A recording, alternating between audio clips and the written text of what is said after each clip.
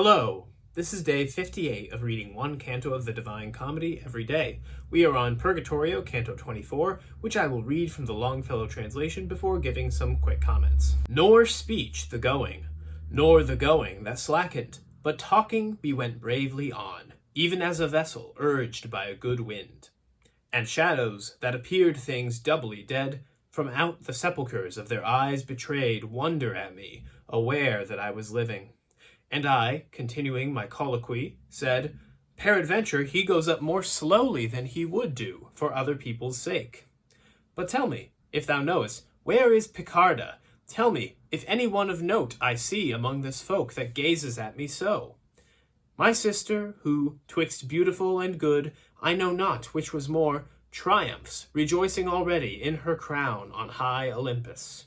So said he first, and then, 'Tis not forbidden to name each other here, so milked away is our resemblance by our dieting. This, pointed with his finger, is Buonagiunta of Lucca, and that face beyond him there, more peaked than the others, has held the holy church within his arms. From Tours was he, and purges by his fasting Bolsena's eels, and the Vernaccia wine.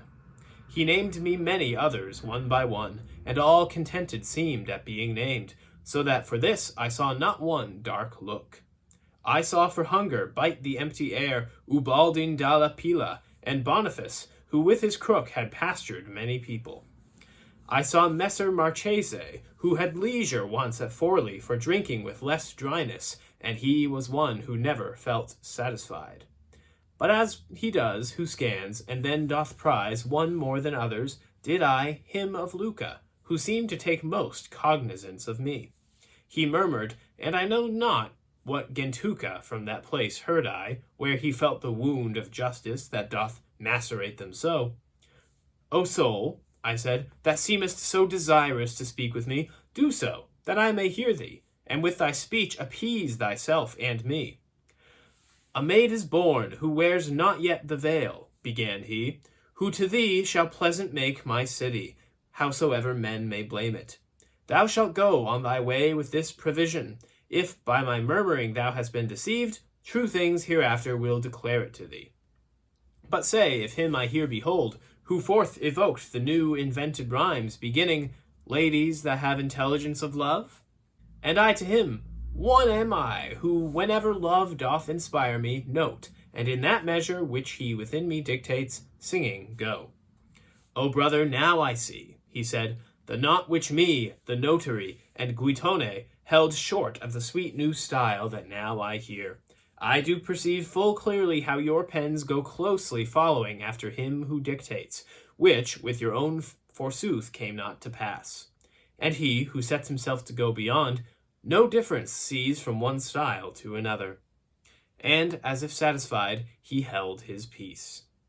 Even as the birds that winter towards the Nile sometimes into a phalanx form themselves, then fly in greater haste and go in file, in such wise all the people who were there, turning their faces, hurried on their steps, both by their leanness and their wishes light. And as a man who weary is with trotting, lets his companions onward go, and walks until he vents the panting of his chest, so did Forese let the holy flock pass by, and came with me behind it, saying, When will it be that I again shall see thee? How long, I answered, I may live, I know not. Yet my return will not so speedy be, but I shall sooner in desire arrive, because the place where I was set to live from day to day of good is more depleted, and unto dismal ruin seems ordained.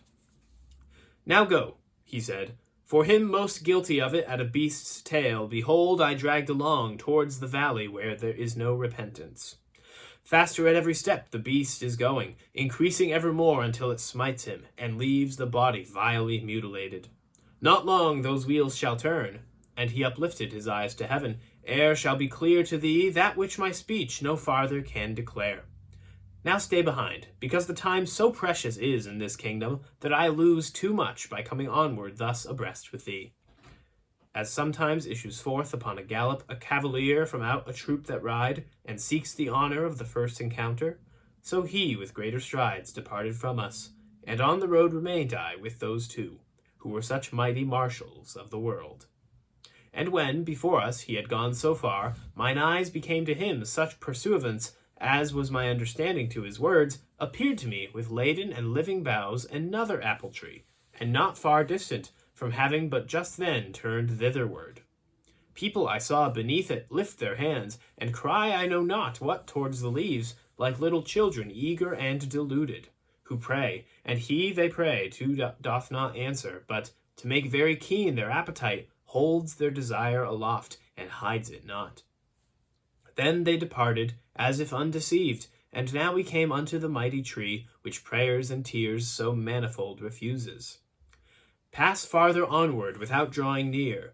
The tree of which Eve ate is higher up, and out of that one has this tree been raised. Thus said I know not who among the branches, whereat Virgilius, Statius, and myself went crowding forward on the side that rises.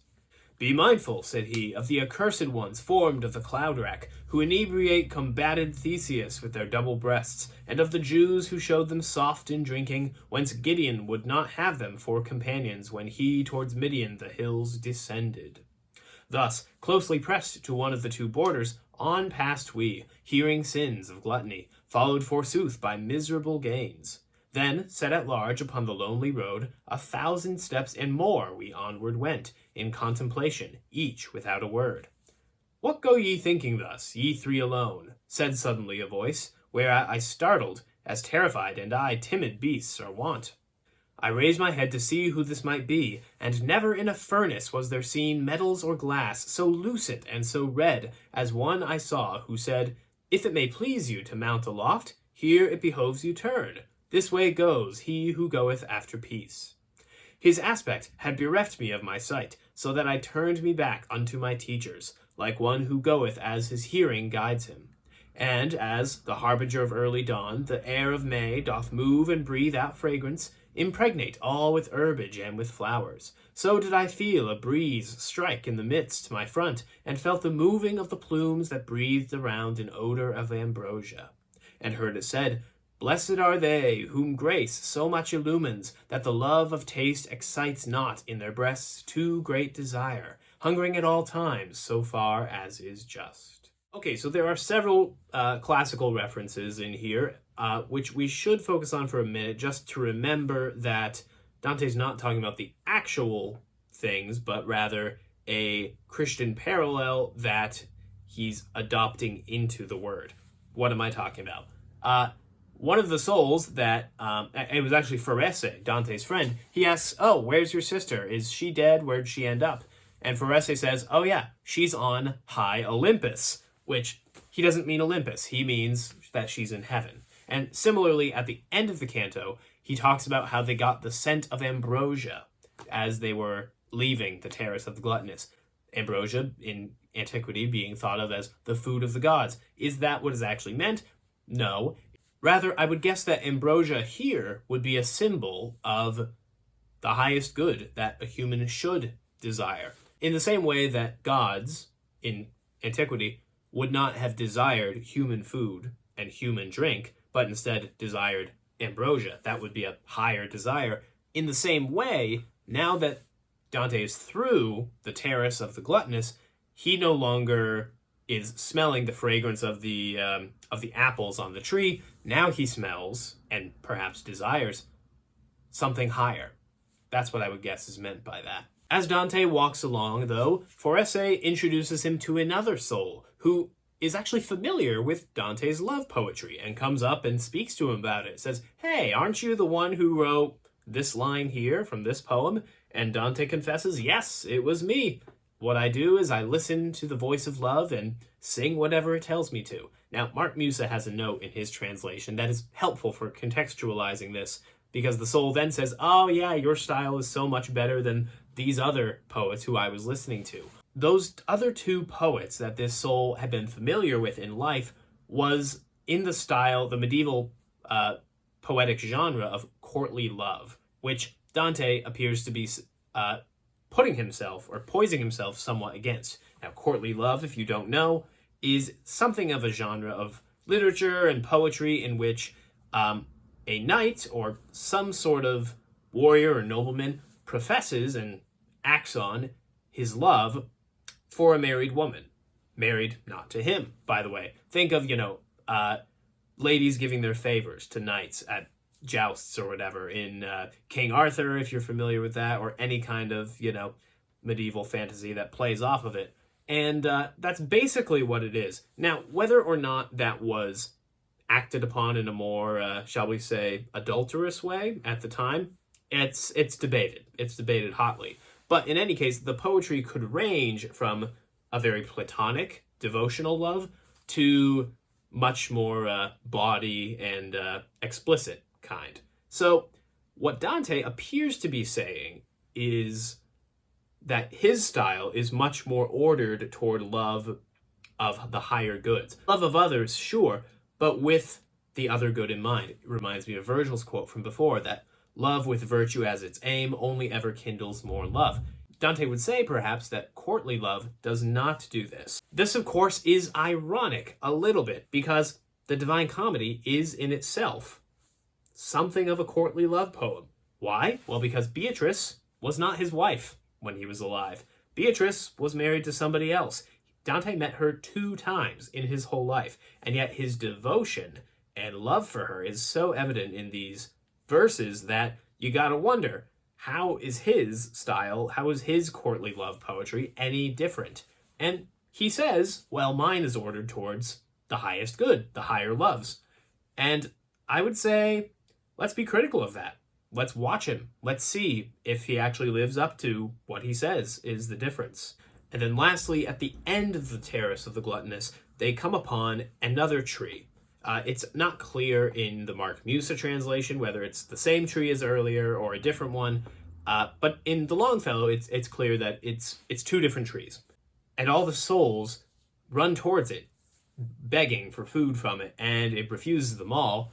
And it even announces, once Dante gets close, this tree is actually sprung from the tree of the knowledge of good and evil, the tree that Eve ate from in Genesis. I don't know what other significance that would have, except that it was the eating of such a fruit that caused mankind's fall to begin with in the biblical account. And therefore, it's fitting that on the Terrace of the Gluttonous, there are reminders of that tree and the forbidden fruit here. That, of course, the gluttonous have to resist. They have to see, smell, desire, and not eat it. So that's it for today, though. I'll see you tomorrow.